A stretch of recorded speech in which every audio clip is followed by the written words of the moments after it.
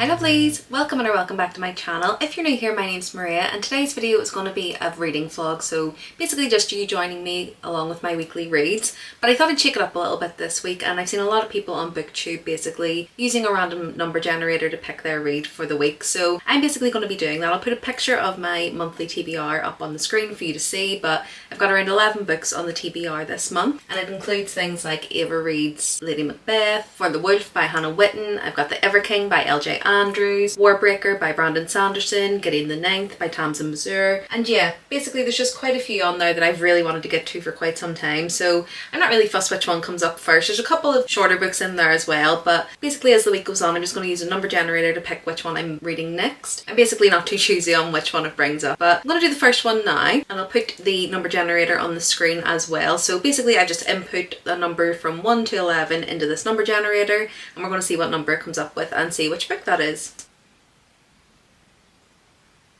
Okay, so it came up with book number 9, so let's just count across the books to see which one that is. It had to be the longest one on there. It had to be the longest one on my TBR. So the first book I'm reading this month is Warbreaker by Brandon Sanderson. Now, as I say, this is one that I've been highly anticipating for quite some time. I have been trying to dabble into the Brandon Sanderson Cosmere, and I've read the Mistborn trilogy, so the first 3 books in that trilogy. Did really enjoy the first one. The second and the third were a little bit less enjoyable for me, but I still thought the writing was really good and I enjoyed the characters and the story. It just wasn't quite that 5-star that I got with the first book. And then I did read Tress of the Emerald Sea, but I do think that I want to read a bit more of the Cosmere and maybe reread that one, because I think there was probably a lot of Easter eggs within there that I just wasn't getting the reference to because I obviously haven't read these books. So I did really enjoy that one, but I rated it around a 3.5 star because, again, I just think I wasn't getting the context that a lot of people will be getting from that book if they've read books within this Cosmere. So decided to pick this one up. This is a standalone within the Cosmere, so again, quite approachable and quite easy to go into. It's the story of 2 sisters who happen to be princesses. The god king one of them has to marry, a lesser god, and an immortal trying to undo the mistakes he made hundreds of years ago. So guessing it's going to be a story of all of these characters and their storylines converging, and I don't really know too much about the actual plot of this one. I'm going to go into it a little bit blind and just see where I go with it, but yeah, this is the first one we're reading this week, so I do have the audiobook of this one as well, which will help me getting through this one. So once we started this one, I'll come back on and give you an update, and then once we finish this one, I will be back here and we'll be using the number generator to pick what my next read will be. But yeah, first one on the TBR for this week is Warbreaker by Brandon Sanderson.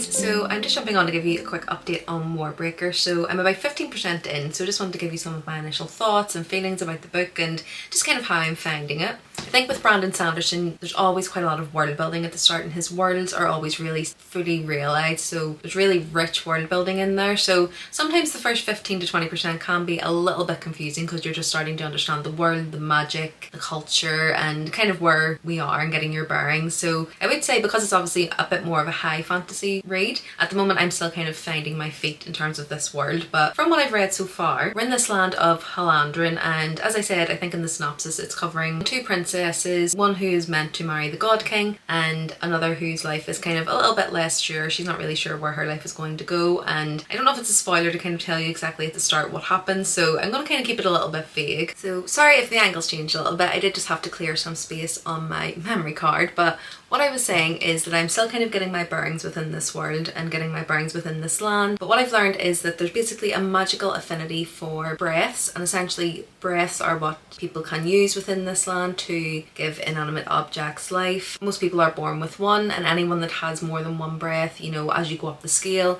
you will become more and more powerful. What you also need to kind of control this breath magic is colour. So a lot of people will be leeching the colour from their garments or the world around them. So in areas places where it's quite rich with this magic, it will be quite colourful. In other places it will be quite drab because the colour will have been used. And you also need to be able to have quite clear commands so that you can command what they call the iridescent tones and essentially master this magic. We have a land that has some returned gods, so basically gods who were ruling the land, and I don't know too much about them yet. I haven't learned enough about them, but we have met one or two of them at the moment, and we're just trying to get to learn what their backstories are, where they came from, how they became gods. And we've got to the point in the story where basically the princess has been sent to the god king, and she's starting to learn about the new environment that she's in, starting to understand how there's some differences in where she's from and this town. And yeah, so far I think it's been really good. One thing about Brandon Sanderson's books that I wasn't expecting, and I don't know why I wasn't expecting it, but before I delved into them, I wasn't expecting them to be quite so humorous. And I do think that this one has been quite humorous as well, so there's quite good banter between the characters, and they're a lot more light than I imagine characters in some other high fantasy series would be. I'm not the expert in high fantasy or anything.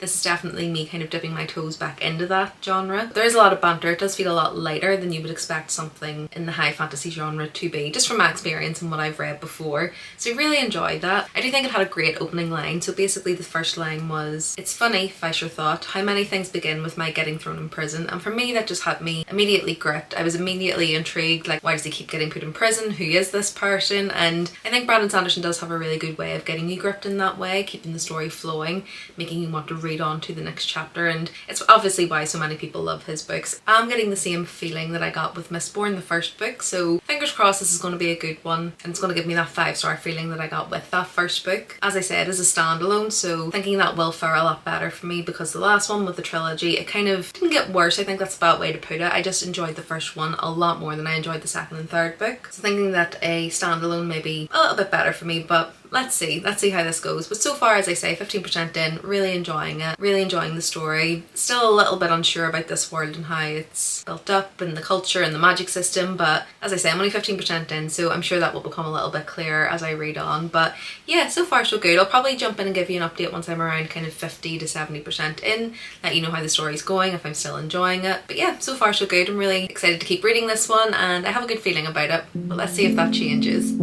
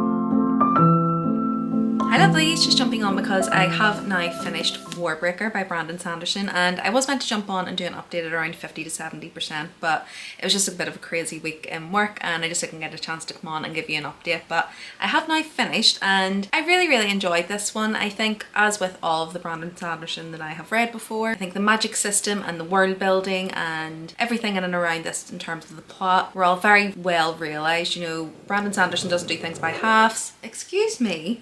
Sorry if you heard Frank growling there. But Brandon Sanderson does do things by halves, and all of the magic systems and world building is fully realised and it's quite rich, and this one was quite unique for me. I did find it quite a unique plot, especially in terms of that magic system. As I said, it was all kind of around breath and colours and commands, and it definitely was explained thoroughly throughout the story. I think Brandon Sanderson has a really good way of simplifying the worlds that he's building as well, so even though it can be quite intricate and quite complicated, he really does explain it in a really approachable way. And that's something I really enjoy about his books. I'm not spending too much time trying to decipher what the world is or what the magic system is. It is explained in a very clear way, and he does remind you as the book goes on of that magic system and of that world and of things that you've already been told within the book. So you're not having to try and remember it the whole way throughout the narrative. It is quite clear within there. I did like the characters in here. I do think that they were well developed. I think some of the sentiments that they had were a little bit on the nose for me and could have been a little bit more nuanced. I do think that there was a lot of self-realizations that they went through through and epiphanies that they had. And again, it was just a little bit maybe spelled out for us rather than us kind of going on that journey with the character. There was a lot of inner monologue in terms of how they were feeling and how they were getting to a certain thought. But I do enjoy it. I just think it's part of his writing style that is quite clear and succinct, and he really wants you to know what the characters are feeling. And I did see a lot of growth there in the characters. We did see a lot of character development, so definitely enjoyed that side of things as well. There was plenty of foreshadowing within this one. However, the twists and turns did kind of still take me by surprise in the end. Even though I did kind of have an inkling of what might happen, it still did keep me on my toes, and the twist at the end did keep me intrigued. And the couple of romantic subplots that were in here were really good as well. And one of them was really cute, and I really did enjoy it. And again, it's something that you're maybe not expecting from a Sanderson book, but in all of the ones that I've read, there's definitely been that element there, and he does it really well. I think the only thing for me that made this not a 5-star, so I ended up rating this 4 stars. The only thing that made it not be a 5-star is the pacing at times. I think Brandon Sanderson, as with a lot of fantasy writers, can end up having a plot that is quite slow and meandering as the book goes on, and in the last 10% everything kind of happens. So at parts of it I did feel like it was dragging on a little bit, and it was maybe a little bit too mundane for my liking. And then it did mean that the last 10%, even though we do get all these revelations and they were interesting and intriguing, it just felt like they were rushed. Even though the foreshadowing and the groundwork had been done before, they did feel a little bit rushed for me because of the time frame that they happen in, and just meant I wanted more from the ending. But I think even though this is a standalone, the epilogue in it does leave it open for a continuation. And I think I did read somewhere that he is writing kind of an almost sequel to this one to continue the story of the characters within here. So if he does that, and if that does come out, I'll be excited to read that one, because I did really enjoy this one. I really enjoy Brandon Sanderson's writing, and I will say again, the humour in here and the banter between the characters, even though I didn't expect it, is quite light and airy, and it does kind of lighten the mood with what could be quite a dark and dreary narrative. So yeah, really enjoyed this one overall. 4 stars. Really glad I decided to pick this one up, and I think the next Sanderson that I'm going to read will be The Way of Kings, which I don't even know how many books are in that series, and I think they're all like 1,000 pages long, so a little bit different than this one, but definitely excited to delve into it because I know it's basically a favourite of most people who have read Sanderson's work. In terms of today, I'm reading a book for another video, so probably won't pick my next book today, but tomorrow I'll get the number generator up again and we'll pick the next book and we'll see where we go from there.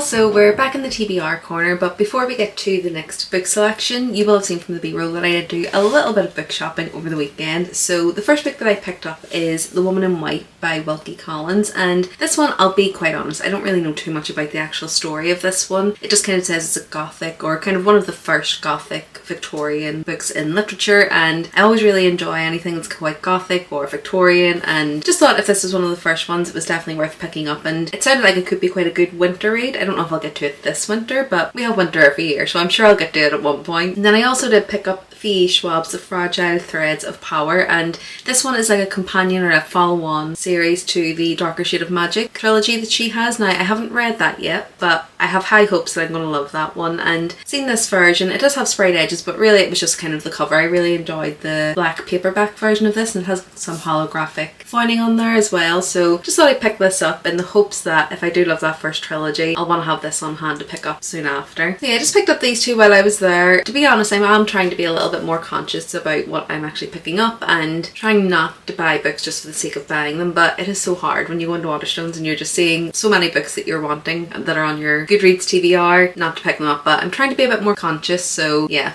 Just picked up 2 this week, and I'll be excited to get to both of these. But yeah, what we're here for is to pick the next book on the weekly TBR. So I've got my number generator here. Again, now that we have 10 books, I've just updated it so that it's between 1 and 10. So I'll just start recording my screen, and then we'll see what one it gives us. Okay, so number 2, so that means... Oh, okay, interesting. So that means we're reading A Sorceress Comes to Call. And this one is by T. Kingfisher, and this one is a Goose Guard retelling, so it's a fairy tale retelling. It's quite a recent release as well, so excited to get to this one quite soon after it's been released. And it does look like it's quite a short one, so hopefully it won't take me too long to get through. And definitely a very different feel to the first book of this week, which was Warbreaker by Brandon Sanderson. So yeah, it's nice to get a bit of a change on the TBR and just to switch it up between my reads. I do think I read a lot of fantasy, and sometimes it can get a bit on top if I'm reading things that are too similar, but because this has the fairy tale vibe, I'm hoping that it will be a good bit different to what I was reading before. So yeah, this is the next book on the TBR.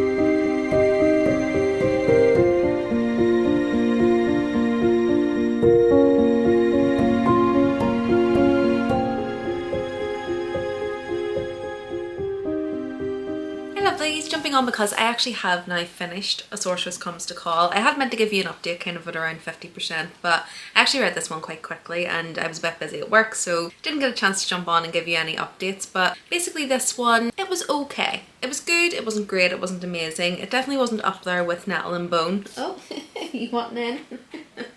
It definitely wasn't up there with Nettle and Bone or anything. That was a 5-star for me. Really, really loved that one. This one, it was just okay. It wasn't as good as that for me. I think it did have a good balance between kind of eerie and unsettling themes mixed in with some satire and comic relief. Every time I get on to film, he wants in the frame. You want to come and sit with me? So it's a pretty short book, but I do think that the characters were quite... The characters were quite fully realised. I think they were quite complex and they definitely had layers to them, and I think we got to know the main characters quite well. There were some side characters in there as well, which I really enjoyed. I really liked watching their friendships with some of the older characters as well. And I actually can't remember if I gave you a synopsis for this one, but basically we're following Cordelia, who is a young girl. She's around 14, and essentially her mother is a sorceress and she's able to put a spell on her to make her be obedient, so she can make her talk, walk, eat, and usually she's doing it for quite nefarious reasons.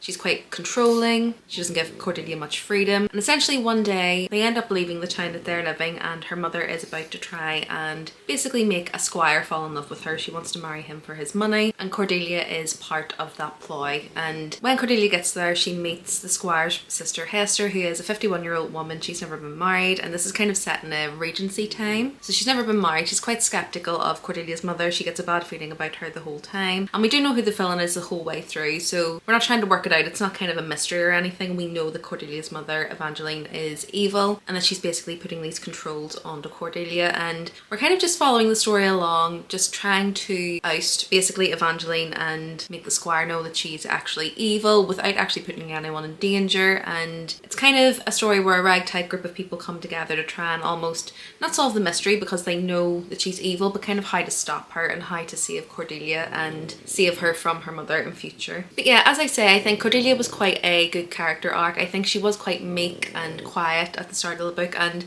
I actually enjoyed that by the end of it she wasn't suddenly this fierce, strong character. You know, she didn't change her demeanour too much, and I actually did like that. I liked that it didn't kind of unnecessarily make her this completely different person or anything like that. It definitely stuck true to her character arc there, and I think it felt more realistic. And talking about that, I do think that the relationship between Cordelia and her mother would be very reminiscent, I would imagine, of anyone who maybe does have quite a controlling parent or has maybe suffered some parental abuse. So just take that into consideration when you're going into this one. It wasn't just the magical elements that were kind of abusive, which in and of itself is enough. It did definitely kind of replicate what I would imagine it would be like to have a real life abusive parent. So yeah, take that information and just be wary, I suppose, if that's something that would trigger you going into this book. But yeah, Cordelia teams up with Hester, as I say. She's much older. There's kind of a bit of a angsty love story between Hester and Richard, who is another character in here who is helping Cordelia, and that was actually one of my favourite bits. It was kind of almost like they both know they love each other, but for whatever reason they've just never been together. They're both holding out for each other, but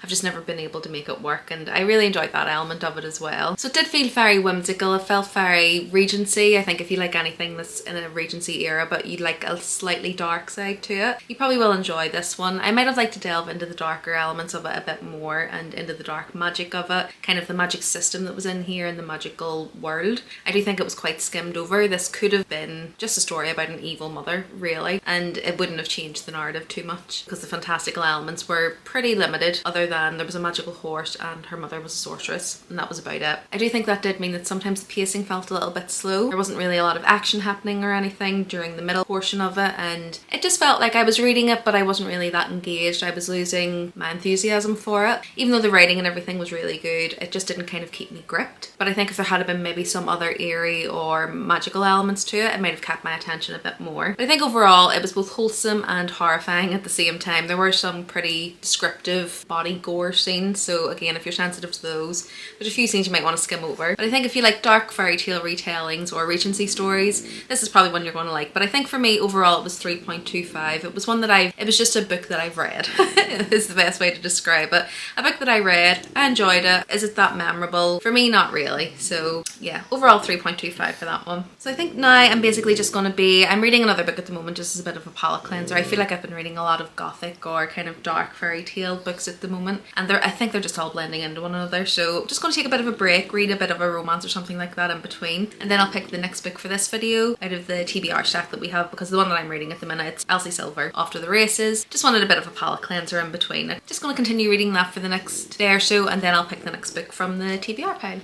Okay, so we're back in the TBR corner to pick the third and final book for this reading vlog. So honestly, the last couple of days I have just been reading off my TBR, so just felt like I was getting into a bit of a slump, and I really didn't want to do that for any of the books that are on this TBR. I always find if I'm going into a slump, I just need to read something that's maybe a bit fun, easy to read. So I picked up a romance. I picked up Off to the Races by Elsie Silver. It was okay. It was around a 3.5, but I think for me, I was in a slump as well, so take that with a pinch of salt. But did enjoy it. Really helped me to kind of break up some of my reads. And it was just a bit of a fun read to try and make sure that I don't end up going into a slump. And then I did pick up another romantasy, which is The Winter King by C.L. Wilson. I'll put a picture of it on the screen here anyway, but again, it's just a bit of a fun romantasy. For me personally, I think it is just a little bit ridiculous at times, but I am really enjoying it. I'm actually really enjoying the story. It's getting me really engrossed, so that's always a good sign. It means that it's hopefully, again, just helping not get into that slump, especially at the end of the year. I've got so many things I really want to read before the end of this year. So that being said, we're back to the TBR corner to try and pick the third and final book, so let's see what the number generator says. Okay, so number 1, so that means we're reading, I'm pretty sure in my last clip I said I've been reading a lot of gothic fantasy recently and was worried it was starting to impact my reading enjoyment. We have Lady Macbeth by Ava Reid, which again is a bit of a gothic fantasy. It's a reimagining of Shakespeare's Macbeth, but has a feminist twist in there.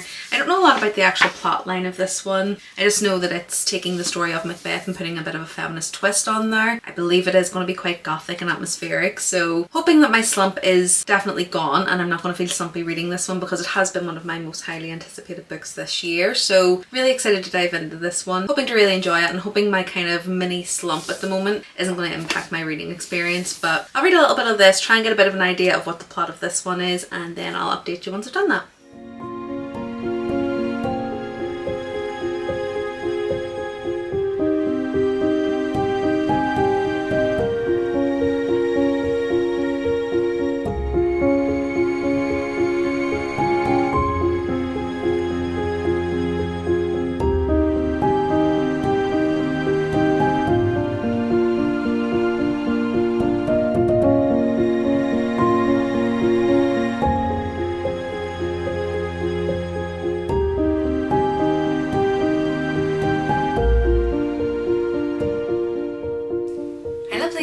popping on to give you a quick update on Lady Macbeth because I'm on page 142 and it's about in and around 50% of the book. This is quite a short one, this one. And so far I'd say I am enjoying it. I think definitely in terms of Ava Reid's writing, the atmosphere is there, the setting is very gothic. It is definitely giving that kind of eerie, dark, gothic vibe. Unfortunately, I would say that the characters are feeling a little bit flat for me and it's not really gripping me the way I thought this one was going to. So I don't think I gave a explanation about what this one was about before, but in this one we're following Roskilde, who has recently married Macbeth and is now kind of finding her way throughout his court, trying to basically keep herself safe. He's known as a bit of a warrior brute and she's basically just trying to navigate her way through his court and ensure her own safety. She has had this secret kind of hanging over her whole life in terms of some power that she may have, and essentially it means that she can control men with just looking in her eyes. So she is veiled when she's at court, she's veiled when she's with Macbeth, so that she can't use her power to control them. And yeah, essentially it's just kind of a reimagining of the story of Macbeth, and Lady Macbeth is one of the most well-known villains within literature. I personally can't really remember a lot from Macbeth and kind of her plot within that, so I'm not comparing it to the source material because I can't remember enough about it. But I would say that the character that is getting portrayed in this is not what I was expecting. I was expecting maybe someone who would be quite timid at the start but then becoming stronger and a bit more of a villain as the story goes on. I don't know, it's just for some reason the characters are falling a little bit flat for me. I don't know if it's because there's a dependency on knowing the original story and then it's kind of giving you a bit of context for some of the characters who are in here, and I just think that there are some points in this where perhaps she's speaking with Macbeth and you know they are quite newly married. There doesn't seem to have been much relationship building between the two, yet he's trusting her with some really big decisions, and yeah, it's just not really clicking for me in that side of things. I think the writing's beautiful. I'm intrigued enough in the story, but the characters are falling a little bit flat for me unfortunately with this one, but there is still 50% left, so let's see how that goes. There might be some more character development as the book goes on. I'm in a bit of a slump as well, I think, so that could be impacting my enjoyment of this as well, but it's a pretty short book so it shouldn't take me too long to get through, so I'll probably just read it until the end and then give you an update once I'm done.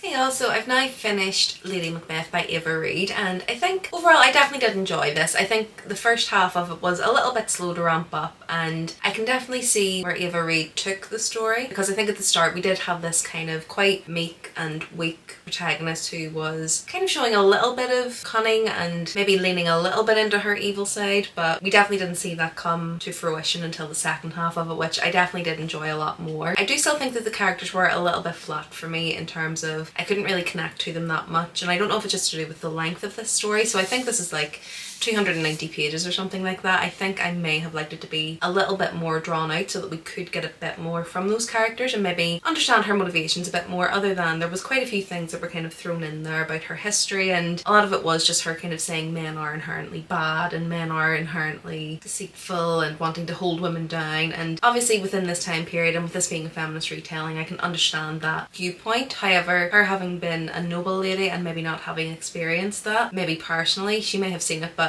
she does kind of say that she hasn't experienced it personally. I just think that it could have been a bit more nuanced than maybe it was. There was just quite a few sweeping statements in her monologue about how all men are bad basically. I do think it could have been a bit more nuanced to make this a feminist retelling. I think other than one man within the story, all of them were bad. Pretty much every man that was in this story was bad, and I just think sometimes that can diminish from the point that the author is trying to make. Just for me personally, I do think that feminist retellings don't necessarily have to portray men as being bad to be feminist or to be pro-femininity, but it didn't really take away from my enjoyment in that I did kind of expect it, especially with the time period that this is obviously set. And in saying that, I don't think that this is a completely true adaptation of what Shakespeare wrote in his own play. I do think that there was quite a lot of liberties taken with this one. I don't remember a lot of the original plot, but I do think that there was quite a lot of change in terms of the story here and in terms of even the character arc as well. I think because it's obviously a feminist retelling, we probably want to root for the protagonist, even though we think she's doing bad things. It was kind of implied that there was good reasons behind it, but for me personally I think I would have liked to just see more of her villainous side and just being a villain to be a villain which I think is more true to the character of Macbeth. Obviously again it's a feminist retelling so I can see why she wanted to derive away from that, but I do think that it just meant the character of Lady Macbeth seemed a little bit weaker to me personally, and even if she had been the villain I still would have rooted for her because we hated the other characters and she was our main protagonist, and you could see that she had been through a lot within this book. There's a lot of things that happened to her within within here that any vengeance that she sought would be, for me personally, cheered on. So I think she could have delved deeper into that evil side of Lady Macbeth without diminishing again the feminist message that she was trying to portray. I think overall this is a great book if it's a really rainy, dull day. It's quite short, you could probably finish it within the day. It's really gothic, it's quite enthralling. It has some great writing in here, some really beautiful prose with a pretty simple plot, pretty simple characters, nothing too deep that you kind of need to really think about, but beautiful prose that you probably will enjoy. Very atmospheric, and so yeah, I definitely think it hits all of those points. It's definitely in line with what I thought Eva Reid's writing would be for this one. I just wish some of the characters maybe had been a little bit more fleshed out, and the ending as well did feel a little bit rushed. I felt like the last maybe 10% could have been stretched out quite a bit just to make the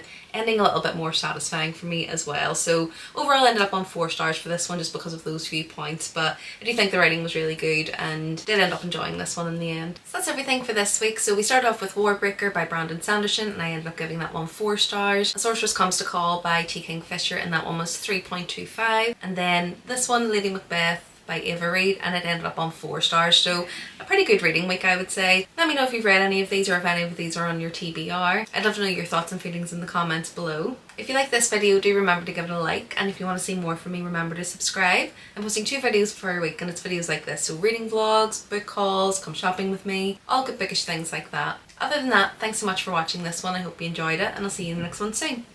Bye!